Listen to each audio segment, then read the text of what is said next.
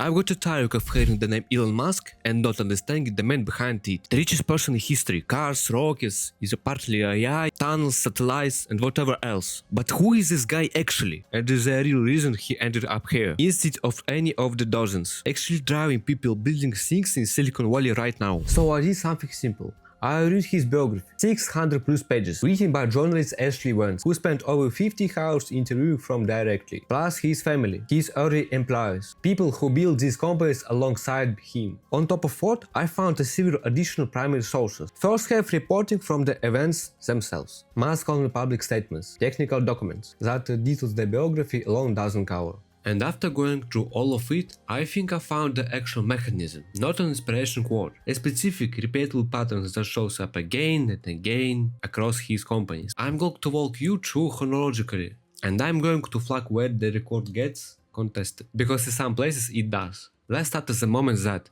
weirdly, explains almost everything that came after. October 2001, Moscow. According to Vance's account, Musk flies to Russia to try to buy a rocket, not metaphorically, and actually the Commission Intercontinental Ballistic Missile, repurposed for launch. The plan, as Musk described it to his biography, send a small payload, a plant, or some mice to Mars, not for any commercial reason, just to put something alive on another planet and use that to get the public excited about space again. The negotiations with the Russia side, specifically with the Dream Cosmos Trust in the Bureau, don't go well. By once telling, the Russian side quotes a price for above what Musk had budgeted, and at one point he gets the sense they're not taking him entirely seriously. The deal falls apart. Here the details that matter. Instead of abandoning the idea, Musk reportedly spends the flight home doing what amount to a ground-up cost calculation, going line by line to what it would actually cost to build a rocket from scratch, rather than buy one. The flight is, by most accounts, the origin point for SpaceX. So why does the man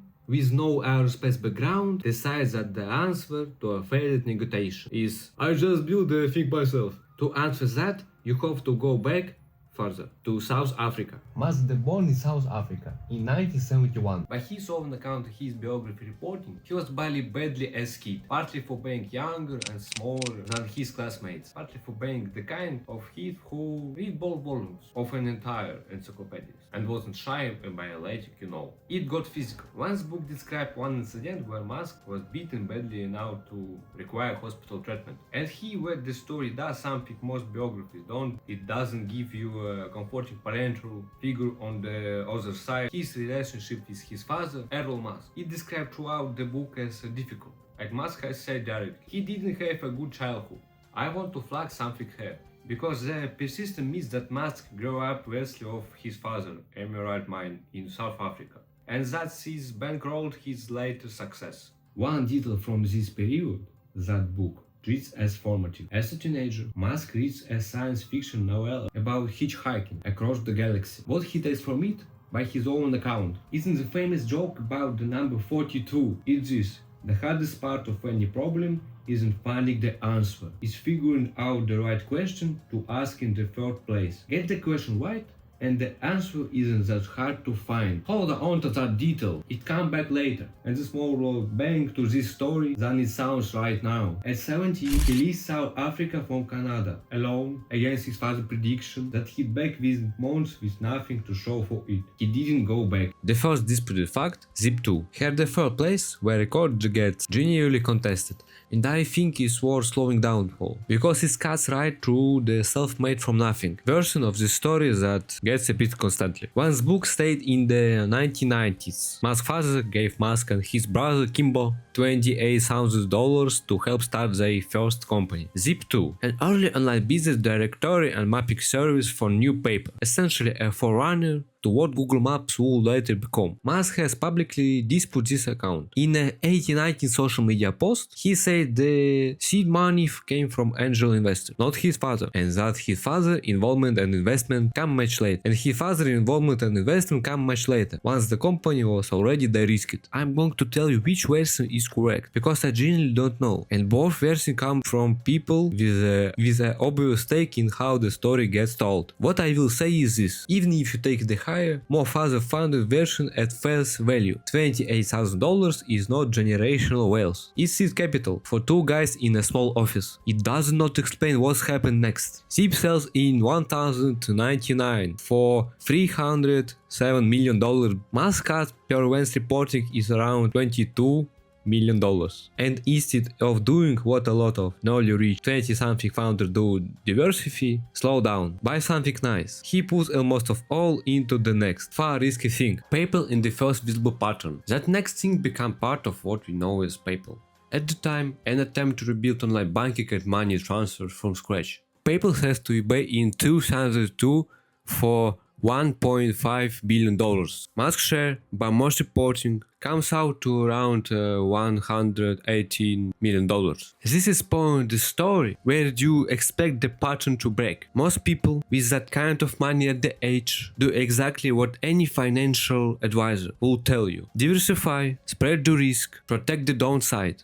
Musk does the opposite. By his own account, he takes roughly half of the PayPal money and split it across two new ventures simultaneously, an electric car company and a private rocket company. In two industries where, at the point, there was essentially no precedent for a new entrant succeeding. He said publicly that he estimated less than a 10% chance either one would work. Those two companies were Tesla and SpaceX. This is first moment where the pattern visible on paper. Not just heard about second-hand. Concentrate the capital, accept the odds are bad, go anyway. The pattern got tested. This is part of the story that usually get compressed into a single line in a Wikipedia summary. The book and the other source I found spent a lot more time here, and I think it's the most important stretch of the whole story. But first, I found something that isn't in Vance's biography. There Musk's own word, said publicly years later, when he could finally talk about the without it being a threat to the company. In 2017, at the International Astronautical Congress, he said, and I found this detailed Falcon 1 documentation on Wikipedia. The reason I ended up being the chief engineer or chief designer was not because I wanted to. It was because I couldn't hire anyone. Nobody good will join. So I ended up being that my default. I must up the first 3 launches. That's not story about unstoppable visionary. That's man who took an engineering role he wasn't ready for, made he expensive 3 mistakes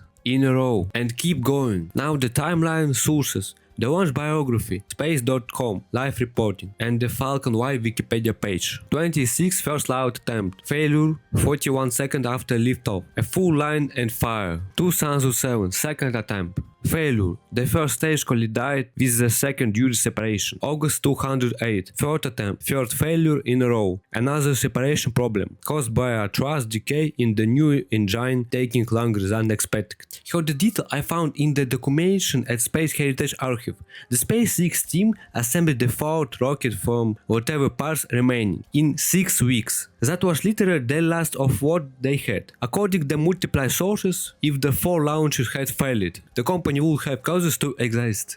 And here the details that sounds almost too convenient, but it documented that some year Tesla is also on the edge of collapse. The Roadster, Tesla first car, end up costing roughly $1,040 million to bring to market, again in the original budget of around $25 million.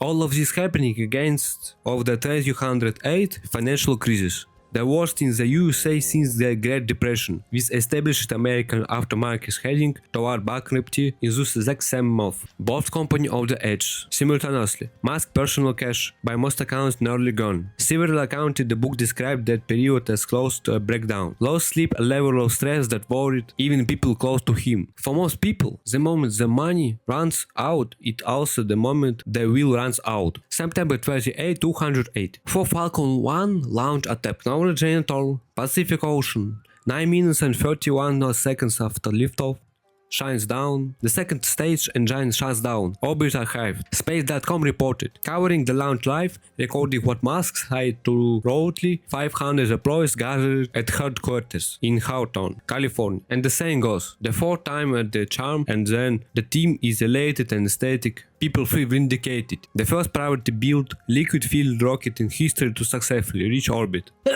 Within a few months, NASA awards SpaceX a supply contract with $1.6 billion, which saves the company. Tesla has happened in the same window. Musk reportedly puts in the last of his personal liquid cash, around $20 million, into a funding round that closes in the final days, on December 208, just barely keeping the company alive. This, I think, is actually mechanism behind the wealth, not a slogan, a specific documented behavior under pressure. At the exact moment most people pull back and protect what's left, he does the opposite, twice in same move, after publicly admitting he was personally responsible for 3 consecutive failures. The second half of the pattern. How he actually works. Risk tolerance alone doesn't explain this. The book is full of detail on the other half of the equation. How the work itself got structured. Early SpaceX, by multiple accounts, it's a small team in converted workhouse, with Musk personally embedded in engineering decision most CEOs would never touch. People who work with him during the period describe him learning rocket engineering largely on the job,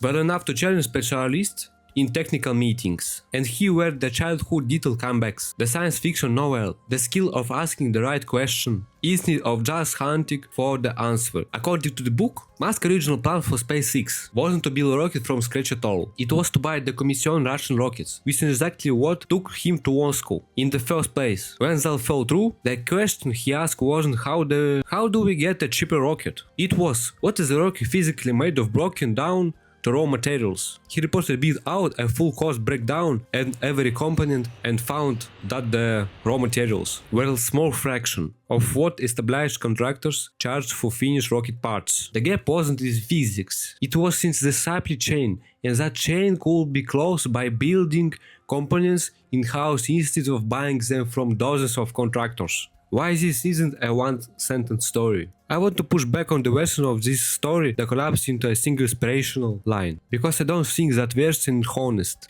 If it were only about risk tolerance, dozens of founders before him bet everything and went bankrupt without a trace. Risk tolerance alone produced far more bankruptcies than billionaires. If it were only about working without stopping, there are engineers who work 80-hour weeks, they enter careers and never built anything at this scale. If it were only about money, from Zip2, from PayPal, from however much or little he father contributed, there are plenty of people who started with similar or larger capital and never came close to this outcome. What the book and these additional sources actually documents is a combination: contracted risk, technical obsession deepened out to out-urge specialists in the room, and the will chance to keep moving at the exact moment any reasonable reading of the odds say stop. 3 rocket failures in a row is not, by any normal startup logic, a reason to attempt before launch. It's a reason to shoot the program down. As of mid-2026, Musk's net worth since somewhere $1 trillion.